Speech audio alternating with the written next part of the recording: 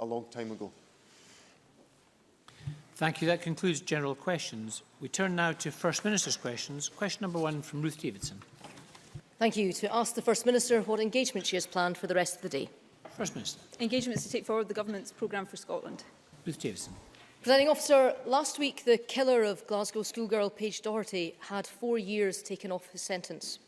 In a case that has prompted grave concern, his lawyers successfully argued that he should have his time in jail reduced simply on the grounds that he wasn't as bad a killer as others. In response, the Justice for Paige group said this: "There are no words to describe how we feel. It is heartbreaking and it serves no justice to Paige and her family." Does the First Minister agree with me that it is entirely unacceptable that less than a year after watching their daughter's killer get locked up, families should then go through the ordeal of seeing that murderer's sentence reduced simply because he was not as bad a killer as others? First Minister. My heart breaks for the family of Paige Doherty. I met Paige's mother last year, and there literally are no words to express the pain and grief that she and the rest of her family have gone through. And today, I'm sure on behalf of everybody in the chamber, I again simply want to put on record my deepest condolences to her for everything that she has suffered. So I have no difficulty whatsoever in understanding the sentiments that were expressed by the Justice for Paige campaign. If I had been a relative of Paige Doherty, I would have felt exactly the same, given the events that Ruth Davidson has outlined. The only other thing I would say is this, and being absolutely frank about this is the more difficult thing for me to say. This was a decision of an independent judge in a court of law. We have an independent judiciary in this country. As well as being First Minister, I'm a human being, and there are many occasions where I look at decisions of courts and wish that different decisions had been reached. And it may well be that this is one such case, but I respect the independence of the judiciary. I don't think anybody in this chamber, I would include Ruth Davidson in this, would expect me to interfere with those decisions. But what I can do today is say absolutely that I understand and sympathise with the pain and grief that this family is experiencing. Ruth Davidson. First Minister for her response, and she is absolutely right to point out that we should all uphold the independence of the judiciary. But it is also right to say that it is Parliament which makes the law, and it is government which sets the framework under which our judges operate. And we on these benches say that there must be change, because a system which cuts a child murderer's sentence because he's deemed not as bad as others is rightly seen by most members of the public as a disgrace. Right now, the Scottish Sentencing Council is examining guidelines on sentencing, and we believe that appeals against sentences should be a key element of its work. Does the First Minister? First Minister. I think the Sentencing Council should consider any matter that it thinks appropriate, and I would certainly be absolutely happy for it to consider the issue that Ruth Davidson has just put forward. I absolutely readily accept that while we have an independent judiciary and courts must be allowed to take their decisions, the framework and the context for those decisions is very often set by Parliament. But no matter what context and framework Parliament sets on any of these issues, we will still have instances where decisions by courts are decisions that many people feel are the wrong decisions. That's in the very nature of an independent judiciary. But I'm very clear that where there is evidence that the law has to be changed or action has to be taken, then that is something that this government and this Parliament should reflect on very seriously. And that includes the experience of the particular tragic case that we're talking about today. That indeed is why we have the Sentencing Council, and it's right and proper that it looks at these matters in depth. And if it brings forward proposals for change to the government, then I can give an assurance today that the government will seriously consider any such proposals, and if we think it appropriate, bring forward proposals to this Parliament for change and reform. Ruth Davidson. Again, I thank the First Minister for her response, but the problem here isn't just the Paige Doherty case. It's that there are too many families who've seen their loved ones killed who simply do not feel that they are getting the justice that they deserve, who feel that the dice is loaded against them and in favour of the criminals. We have long campaigned on these benches for whole life sentences to be introduced in Scotland, so that judges could, if they wish, sentence the very worst criminals to spend the rest of their lives in jail. The Scottish Government has said in the past that it might consider such a move. What is its view now?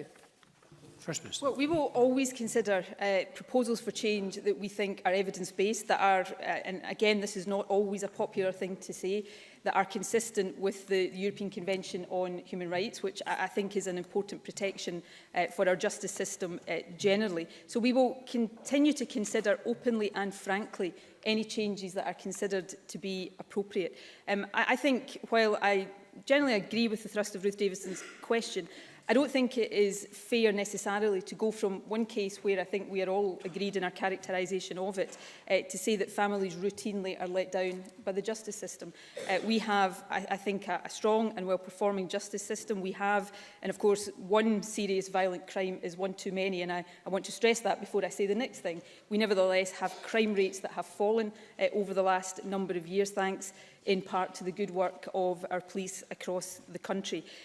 But none of that takes away from the pain and anguish felt by a family that has experienced what Paige Doherty's family has experienced. So I think it's important, calmly and rationally, for government and for Parliament to consider periodically whether the rules we have in place are the right rules or whether they require to be changed. And I can give an assurance on the part of the government today that we will always seek to do that. I simply inject the caveat, I guess, which I don't think anybody is disagreeing with, that no matter what sentencing rules we have in place, no matter what frameworks we have in place, because we have rightly and properly an independent judicial system in this country, there will always be decisions taken by judges that some of us think are the wrong decisions. That is in the nature of the independence of the judiciary.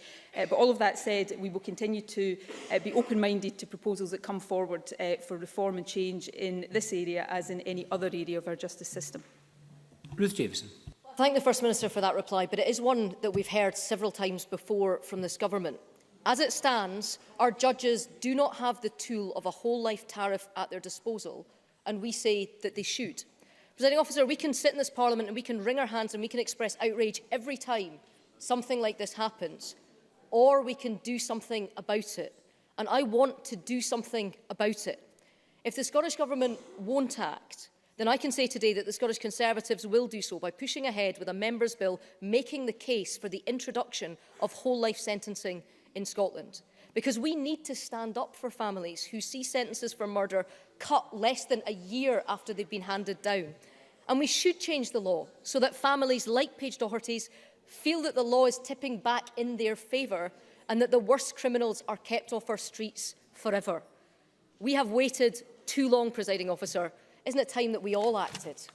First Minister. I do think it's important that we continue to look at these issues rationally. I think Ruth Davison is right to raise these issues. We have introduced over the course of the period that we've been in government a whole range of reforms to our justice system.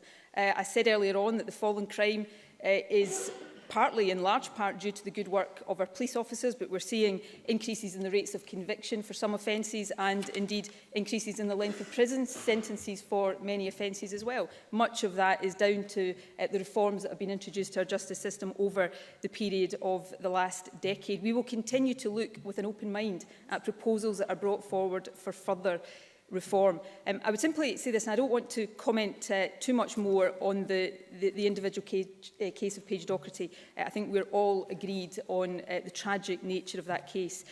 But if the system that Ruth Davidson is advocating for today had been in place, and this is an important point, in this or in any other case, there is no guarantee that that is the sentence a particular judge would have opted for.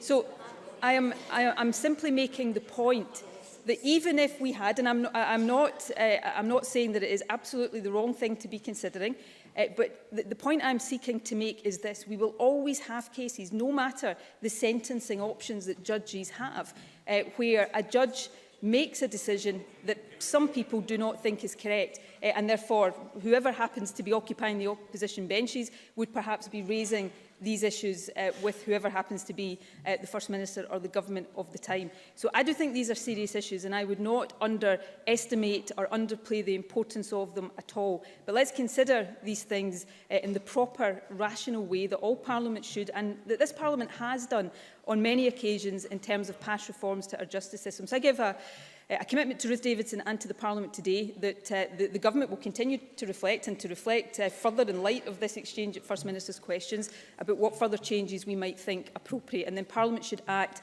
in the way that it thinks best in light of all of the circumstances. Kezia Dugdale. To ask the First Minister what engagement she has planned for the rest of the week. First Minister. Engagements to take forward the Government's programme for Scotland. Kezia Dugdale. Presiding Officer, earlier this week, the Greater Glasgow Health Board voted to close the children's ward at the Royal Alexandra Hospital in Paisley. This was a decision opposed by Labour MSPs, Labour councillors and thousands of families and patients. It was the wrong decision. Last year, during the live election TV debates, the First Minister was asked if this ward would close. She promised the voter, "There's no proposals to close that particular ward." But there were proposals to close that ward. So why did she offer that false hope to thousands of families on live TV? First Minister. This is an important and serious issue, but I thought Kezia Dugdale should have been able to spot the contradiction in her own question. This is a proposal that was voted on by Greater Glasgow and Clyde Health Board this week. By definition, therefore, that proposal didn't exist in a form that the Scottish Government could consider last year before the Scottish election. That proposal does now. Labour have raised this as an important issue. They may want to listen to the answer that I'm about to give. This is an important issue. The Health Board has voted to put this proposal, and let's remember, and I'm not prejudging the Scottish Government's view of this because we now have to go through a formal process of our own, but this is a proposal in the context of there being a new children's hospital in the south of Glasgow, just a few miles away from the Royal Alexandra Hospital. But the Health Board has now voted in this proposal. And this is something that Labour called for, so I would think they might welcome it, has been designated major service change. What that means is that it now comes to the Scottish Government, to the Health Secretary, for proper consideration and for decision. That's why it would be wrong for me to go any further in prejudging that today. But what I will say is this, that will be given full and proper consideration. And I would just ask Kezia Dugdale to reflect perhaps on this point. As Health Secretary, unlike my Labour predecessors as Health Secretary, I never shied away from overturning decisions of health boards when I considered that they were not in the interests of patients. Monklands accident emergency is one example. Ayr accident emergency is another example. Some of the proposed closures for the Vale of Leven Hospital, for example. So we will continue to put the interests of patients first, because that's what the people of Scotland and indeed Renfrewshire would expect us to do. Kezia Dugdale.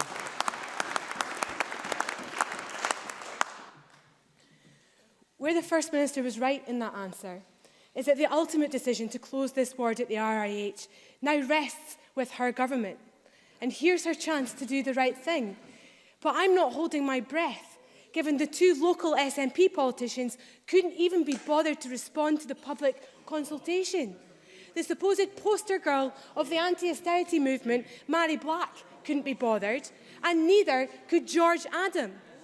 The SNP MSP for Paisley found the time to oppose the closure of a local McDonald's, but not a children's ward in his own constituency.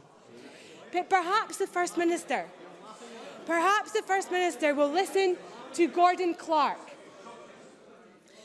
Perhaps the First Minister will listen to Gordon Clark. He is the man who asked her that question about the RAH on live TV. And he's here in the public gallery today. The First Minister promised Gordon there were no plans to close that children's ward. So what does she have to say to him now? Will she step in and keep her word and save this ward in this hospital? First Minister. I would repeat again what I said previously. There were no proposals. There are now proposals. Because of the decision taken by the Health Secretary, these proposals have been designated major service change, so they will come to the Health Secretary for decision. I would have thought that's something that Labour would have welcomed, given that it is something they called for. And in respect of the local MP and MSP, they have recognised that this is a decision for the Health Secretary. So they've got on with the job of contacting the Health Secretary. They have invited the Health Secretary to go to Renfrewshire to meet with patients before she takes a decision, and the Health Secretary will agree to do that. That is the right and proper way to proceed. The Health Secretary will listen not just to the views of the Health Board, the Health Secretary will listen to the views of patients, and we will come to a decision that is in the interests of patients. And that is in stark contrast to the way in which previous Labour governments used to operate when it came to health service changes, because they used to ignore the voice of patients and simply rubber stamp the Health Board proposals to close accident and emergency units and other services across the country. This government, as it has always done, will act in the best interests of patients, whether in Renfrewshire or anywhere else in Scotland.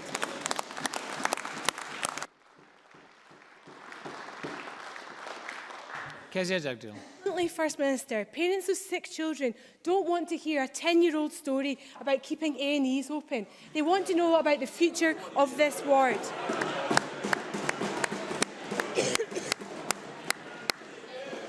And the cuts in Paisley aren't the only cuts planned to NHS services in Scotland. The maternity units at the Vale of Leven and the Inverclyde Royal are now also under threat. And this week we learned that the SNP plan to remove all intensive care cots from 9 neonatal units across Scotland. Because of the SNP's failure to properly staff our NHS, children's health services are in crisis. Parents want to know, when will the SNP government fix the mess it has made of the NHS? First Minister, when will you get on the job with this? First Minister. There are certainly some people who don't want to hear about a decision taken almost 10 years ago to save accident emergency services at Ayr and Monklands. Those people are those sitting on the Labour benches, because those are the ones that wanted to close them. And the people who do want to hear about that are the hundreds of thousands of patients who have been treated in those accident emergency units in the 10 years since. Now, in terms of some of the other issues that Kezia Dugdale has raised, the midwife-led maternity units at Inverclyde and at the Vale of Leven. I assume she knows that the Health Board is reconsidering its proposals around that in light of the recommendations of the maternity and neonatal review. That's right and proper. And in terms of what Kezia Dugdale has just said about neonatal services, I think what she's just said there is absolutely and utterly disgraceful. Absolutely. Because what we have is an expert-led report setting out what we need to do to enhance a small number of neonatal units to make them specialist enough to care for the sickest babies in our country. And yet Kezia Dugdale is somehow suggesting that as First Minister and as a Health Secretary we should ignore the opinions of those experts when it comes to the care of the sickest babies in our country. That is utterly disgraceful, and Kezia Dugdale and Labour should be deeply ashamed of themselves.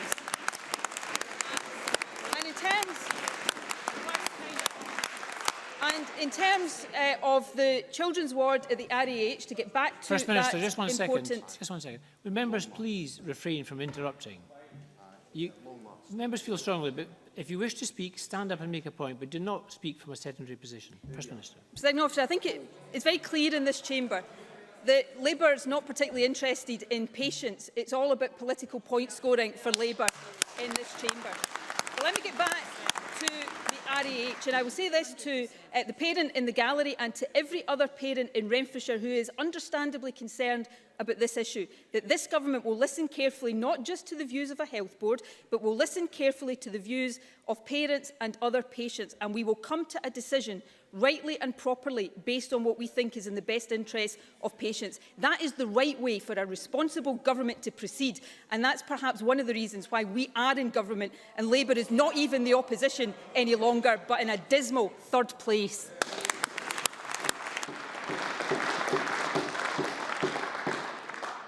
We've got two constituency supplementaries. The first from Jamie Green. Thank you, Presiding Officer.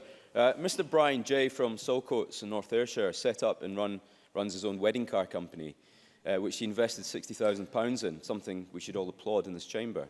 and the company was going well until the Scottish Government introduced the Air Weapons and Licensing Act, which is now forcing additional licensing charges on private operators across Scotland. Mr Jay has now ceased to take bookings, and he's worried that he might have to close shop indefinitely. I've written to the Cabinet Secretaries for Justice and the Economy, Jobs and Work and Fair Work asking for clarification on this matter. Can I ask the First Minister, you can heckle, but Mr Jay is sitting at home watching this and is interested in hearing what the First Minister has to say. Can I ask the First Minister, therefore, what guidance she can offer Mr Jay and many other like him across Scotland on what action the Government is taking to mitigate the negative effect this Act is having on their industry, and when it will undertake the assessments that they were promised? First Minister. Well, of course, the Air Weapons and Licensing Act was introduced with the interests of public safety firmly at heart. Now, I may be corrected if I'm wrong here, but I think the Conservatives voted for the bill before this Parliament. And I think they were right to do so because of the motivation of this piece of legislation. With any piece of legislation, though, it's absolutely vital that we strike the right balance between the legislation doing what it is intended to do without putting unnecessary burdens on businesses or on anybody else. Now, the member rightly says, and he's right to do this, has written to the relevant Cabinet Secretaries. I will make sure those Cabinet Secretaries reply to his correspondence, and indeed the Justice Secretary would be happy, or I'm telling him now he would be happy to meet with the business concerned to discuss his particular circumstances and whether or not there is anything further that can be done to mitigate the impact on the business. But I would hope everybody across this chamber would support the motivations and the provisions of this particular piece of legislation, because it is about protecting public safety. Thank you. Can I just encourage members, I'm not expecting reverential silence, but just as there shouldn't be sort of chuntering when the Minister and the First Minister is trying to answer questions, there shouldn't be similarly be interventions when someone's trying to ask a question. Kenneth Gibson. Officer. First Minister, both the Clydesdale Bank and the TSB have each announced the closure of 2 branches in my constituency. Beith will lose 2 of its 3 banks as a result. Dalry will lose the last bank in the town. It's TSB. And Saltcoats, its Clydesdale branch. Whilst banking is reserved to Westminster, what representations is the Scottish Government making to these banks to encourage them to maintain a high street presence in our towns and mitigate against any closures? First Minister. Well, the decision to close these branches, while obviously a commercial decision, is obviously very disappointing for the customers, for local communities and all of the staff who are affected by these decisions.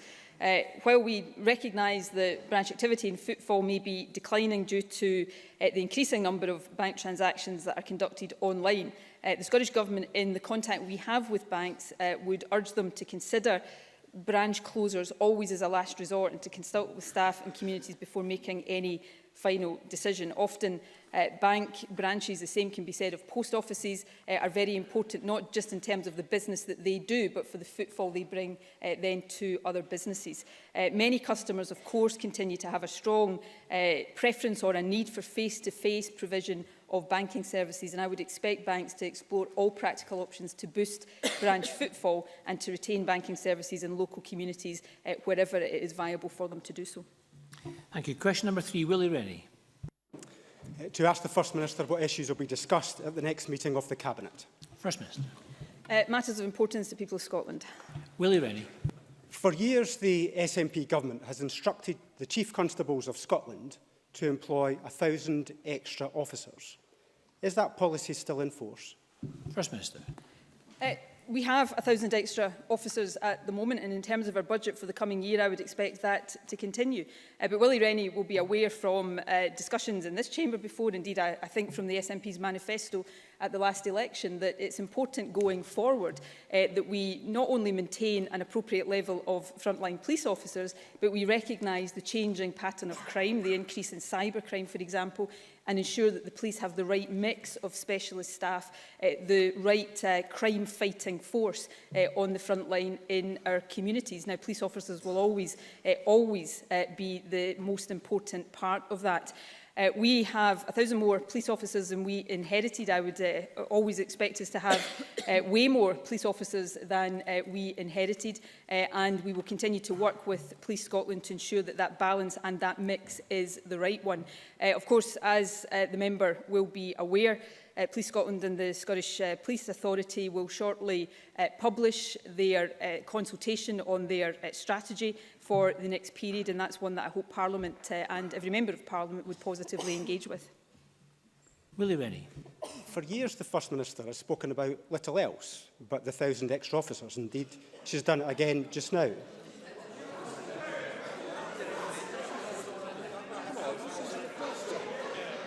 Order. Let Mr Rennie ask the question, please.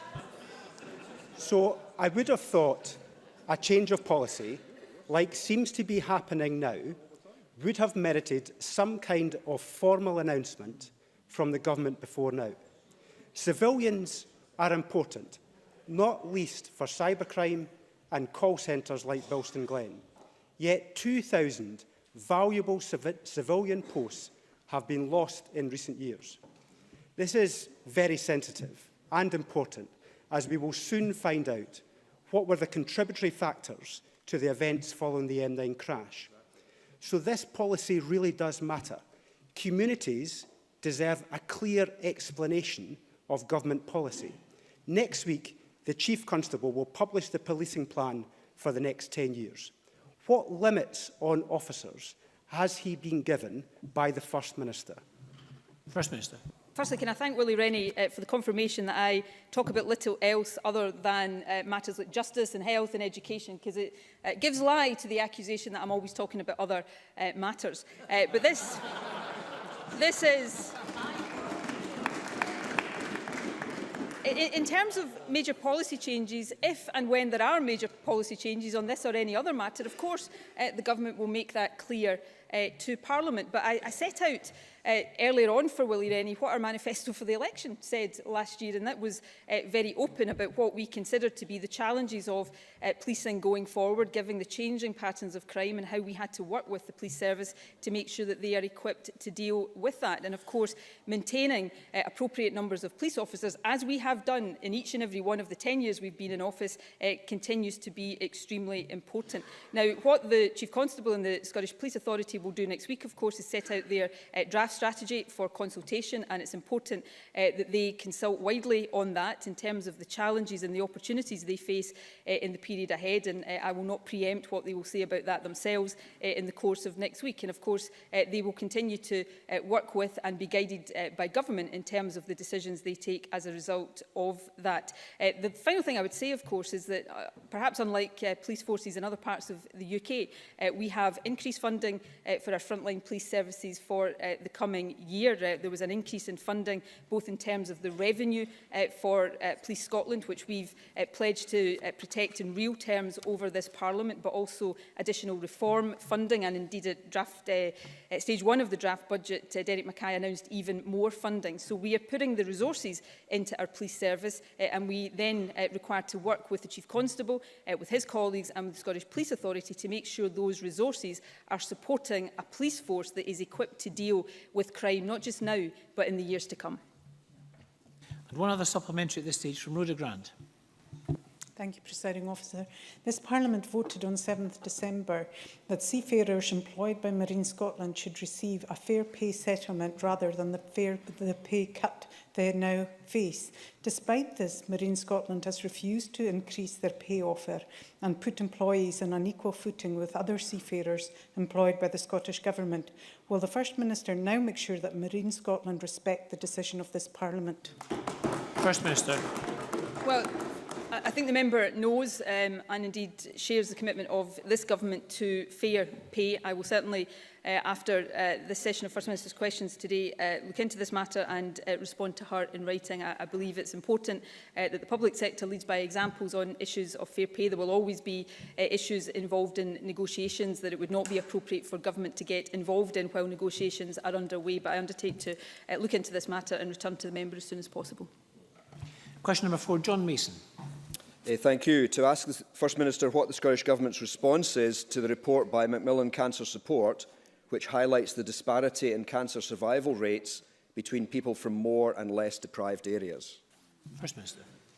Well, the last 10 years have seen an overall reduction in the cancer mortality rate of 11%.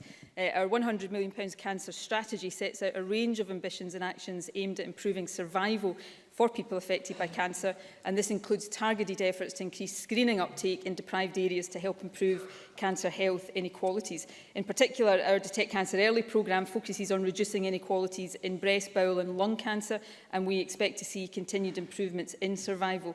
The most recent staging data shows that the largest increase in early diagnosis, stage 1 diagnoses, of 16.3% in the 3 tumour groups that I've mentioned has been in the most deprived areas of the country. So there's still more work to do, but that data would suggest that we are starting to see signs of a narrowing of that inequality gap.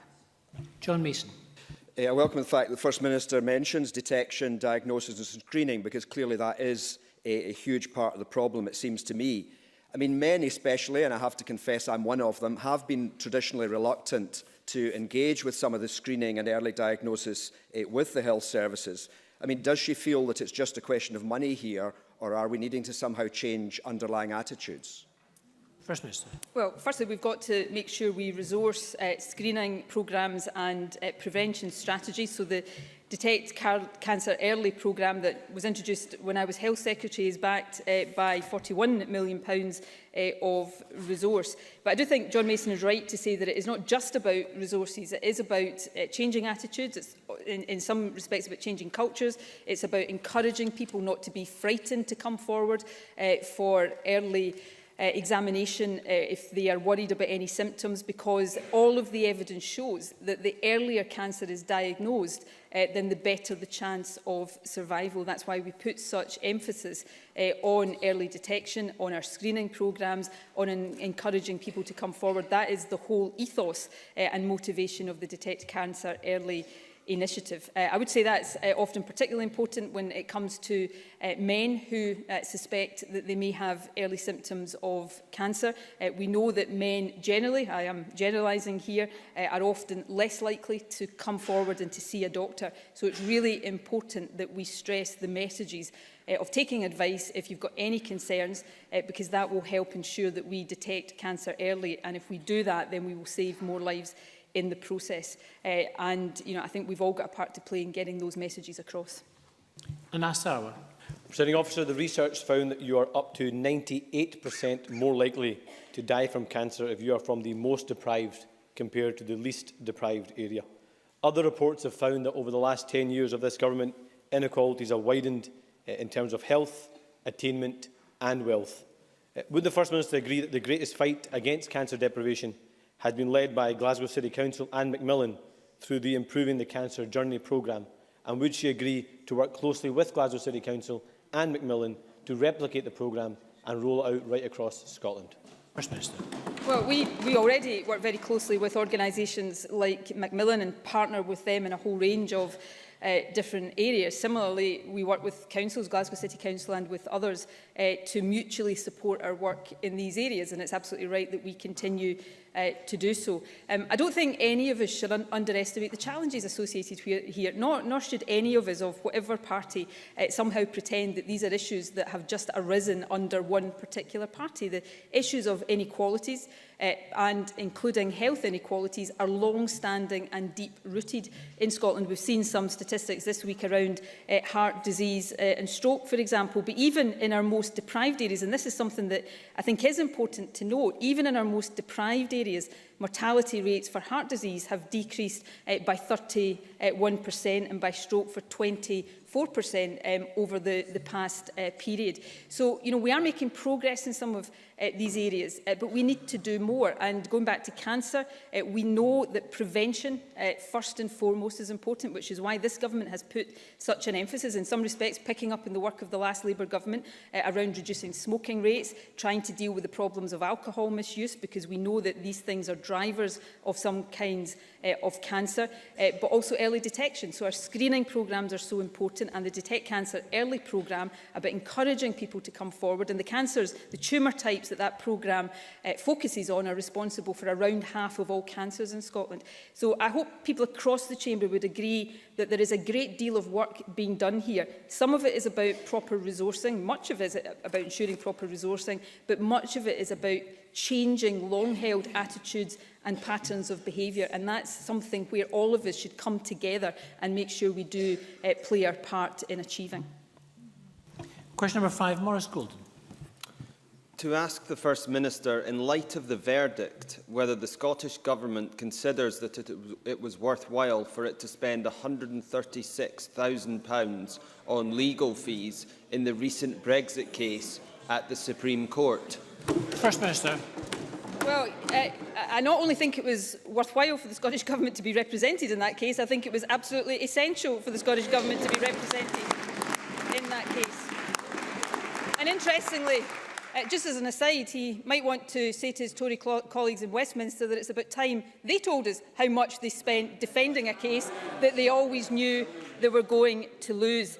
The Supreme Court case was necessary to force the UK Government to enact the legislation that is currently going through the Westminster Parliament before the triggering of Article 50. The case also raised fundamental issues about the rights of people in Scotland and the role of this Parliament. So yes, I do think it was absolutely right that this government, like the government in Wales, defended our interests in what was the most important constitutional law case for many, many years. Maurice Golden. This is like a game of Jeopardy. The answer is Brexit, Westminster and the Tories. What is the question? It's any question that you ask this First Minister. My point was about the use of taxpayers' cash, because this SNP government will literally say and do anything that they think furthers their goal of tearing our union apart. And they don't care how much Scottish taxpayers' money they squander in the process. This £136,000 is one example of the tens of millions of pounds that this SNP government spends on policy decisions that they believe will promote separation, such as the unpopular plans to dismantle the British Transport Police. No one should be under any illusions. This SNP government puts its own interests first, not Scotland. With this SNP government taking ever more money out of the pockets of hard-working Scots, will the First Minister cut out the needless spend on furthering their unwanted campaign for independence and instead focus on growing our economy? First Minister. You always know, and it happens quite regularly, when Ruth Davidson is completely embarrassed by one of her backbenchers because she starts having a completely separate conversation on the front bench, as if she's somewhere else and what's happening behind her is nothing actually to do with her. Ruth, I sympathise, because I would have been embarrassed by that as well, had he been one of my backbenchers. Let me just take... oh, don't you worry, I am going to answer his question. Firstly, in the spirit of finding some consensus, because as members know, that's always what I like to do, I agree with Maurice Golden. Brexit is like a game of Jeopardy. Unfortunately, the Tories are playing it at the expense of the rest of us, and it's completely unacceptable. Secondly, and this may be a point, well, it seems to be a point that has completely escaped Maurice Golden, but there would have been no case at the Supreme Court for the Scottish Government to have to intervene in if the Tories hadn't insisted on appealing this case every step of the way to the Supreme Court, even although everybody knew they were going to lose. So I think it perhaps might be more appropriate for Maurice Golden, as I said earlier, to ask his colleagues, Tory colleagues at Westminster, how much they spent on this case, because so far they are refusing to say what the legal costs of this case have been for the Westminster Government. But my final point is this. You know, and another reason, it's not the main reason, but it is another reason why I think it was worthwhile to take that case, because it exposed something, did it not? It exposed the fact that when the Tories told us that they were going to embed the Sewell Convention in statute, and that this was going to make so much of a difference, they were misleading people, because that promise was exposed in this case as being utterly meaningless. So maybe just another little benefit of this case is that we exposed the fact that the promises the Tories make to Scotland can never, ever be trusted.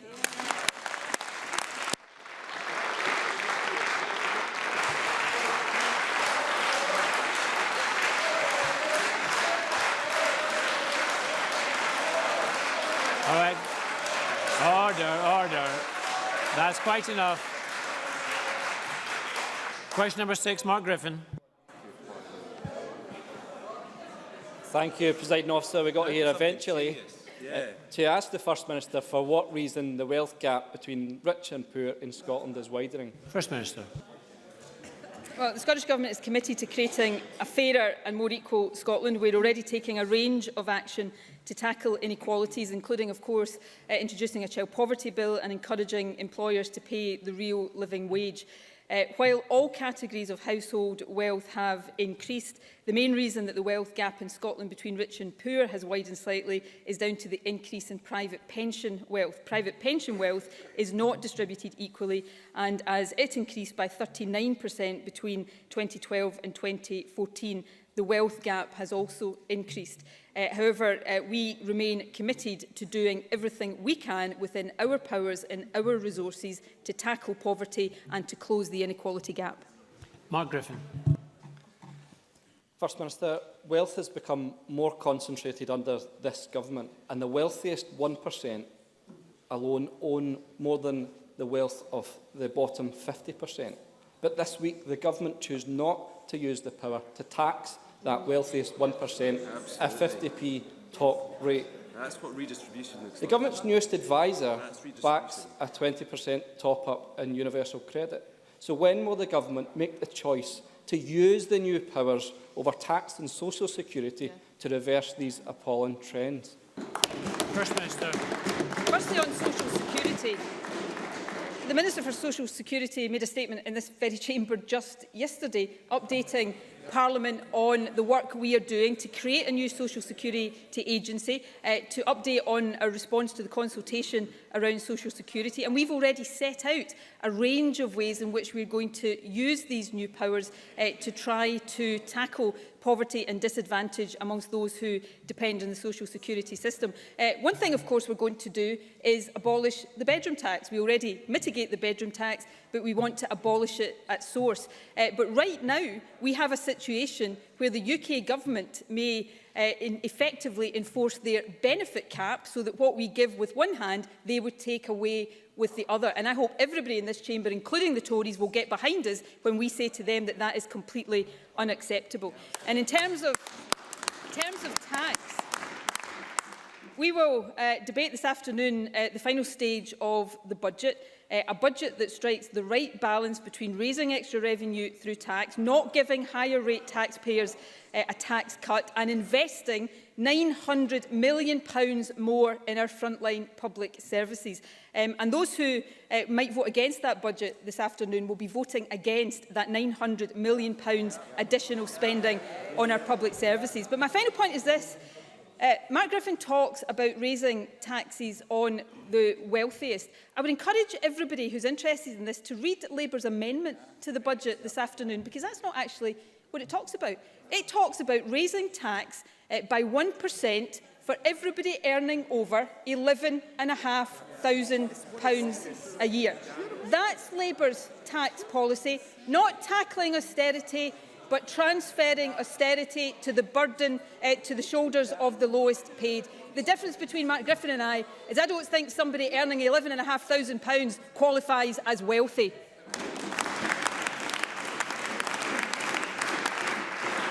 Question number 7, Emma Harper. Thank you, Presiding Officer. To ask the First Minister what discussions have been held over the future of broadcasting in Scotland. First Minister. Well, the Scottish Government has had several discussions regarding the future of broadcasting in Scotland through the active involvement in the recent renewal of the BBC Charter. The Culture Secretary met with the BBC Director General just this morning to discuss yesterday's announcements regarding the BBC's plans for Scotland, including the welcome announcement of a new channel for Scotland from autumn of next year. Prior to this, she met with him on the 29th of February, the 18th of August and the 17th of October 2016 to reiterate the Scottish Government's position on how the BBC can deliver better outcomes for audiences and for Scotland's creative sector. Emma Harper. Thank you, First Minister, for that answer. I welcome the announcement yesterday as a step in the right direction and heard a bit more detail from the BBC at committee this morning. Does the First Minister agree with me that while it's a good start, it must be properly resourced and that the BBC should be working towards a far fairer share of the licence fee raised in Scotland being invested here, as these plans would leave us lagging behind Wales and Northern Ireland in that respect? First Minister. Emma Harper's absolutely right about this, and I would hope it's something we could all unite behind. I unequivocally welcome the announcement yesterday of a BBC Scotland channel. The SNP first called for a separate channel in April 2006 when we made a contribution to the last charter renewal process. So this is something we welcome. But I think everybody would agree that it's vital that it is properly resourced. I welcome the commitments that were made yesterday to resourcing. I particularly welcome the commitments that were made yesterday to the creation of an additional 80 journalist jobs in Scotland at a really difficult time for journalists and for the media generally. I think that's an announcement that all of us should welcome. But we've got to be very firm in saying to the BBC that this channel has to be properly resourced on an ongoing basis. Interestingly, when the Scottish Broadcasting Commission reported in 2009, it estimated back then that a similar channel would cost around £75 million a year, which is actually double than the £30 million announced yesterday. And of course, yesterday's announcement increased the percentage of the licence fee raised in Scotland that is spent in Scotland. And again, I absolutely welcome that. But as Emma Harper says, that still does leave that percentage lower than the corresponding percentages in Wales and Northern Ireland. So I absolutely think that the announcements yesterday by the BBC were welcome progress, and I would thank Lord Hall for making those announcements yesterday. But I think all of us now have an interest in making sure that the announcements turn into a successful reality. And for the channel to be successful with high quality content, as we have the talent here to produce, it does necessitate good solid funding for the long term. So let's all of us unite in making sure that the BBC deliver on that commitment. Jackson Carver. Can I join the First Minister in that welcome? We heard from Lord Hall this morning that 60% of the programming on the new channel will be new commissioning, and together with the initiative of BBC Studios, the question for the Scottish Government is whether we are structured in Scotland to ensure that we can take advantage of that opportunity. There's a widespread belief that Northern Ireland Screen, in the way that the devolved administration is working in partnership with the development agency there, is allowing the independent sector to actually take advantage of the opportunity created, whereas the relationship between the Scottish Government, Scottish Enterprise and the Creative Scotland here is not facilitating that. At the same time, there are real concerns over studio capacity here in Scotland, with major studios now being built and commissioned elsewhere in the UK. Will the First Minister ensure that ministers as well take advantage of the opportunity this now creates to ensure that our creative sector in Scotland is able to take advantage of the opportunity that has now been presented? First Minister. Well, I agree with much of the thrust of that question, and I genuinely am glad to hear the Tories welcome what was announced yesterday, because when I called for a separate Scottish channel back in 2015 at the Edinburgh Television Festival, Liz Smith said that I was just showing how out of touch I was, and that she didn't want to see millions of pounds of licence fee funds diverted to pay for it. So I'm really glad to hear the conversion of the Scottish Tories. But on to the wider issue that Jackson Carlaw has rightly raised. He'll be aware of the changes we're making and the funding that's been made available in Scotland to support the screen and the film sector, and it's absolutely vital that we make sure that sector is equipped, and the relationships both with Creative Scotland and with the wider public sector and with Scottish Enterprise indeed are the right ones to encourage continued growth. We are seeing lots of success in the film sector, for example, right now. I understand I've got many constituency interests who talk to me about this regularly, the view within the film sector that we need additional studio space. I don't want to say too much more about that just now, because some of the proposals are currently subject to planning decisions, but I certainly would agree that I would want to see the provision of studio space in the future. We have state aid issues in terms of our ability to directly fund that, but I think we have here a success story of the Scottish economy that we now have the opportunity to turn into an even bigger success story. And that's why I think we should be enthusiastic and welcome it with both hands. Thank you very much. That concludes First Minister's questions. We now move on to members' business in the name of Lewis MacDonald. We'll just take a few moments to change seats.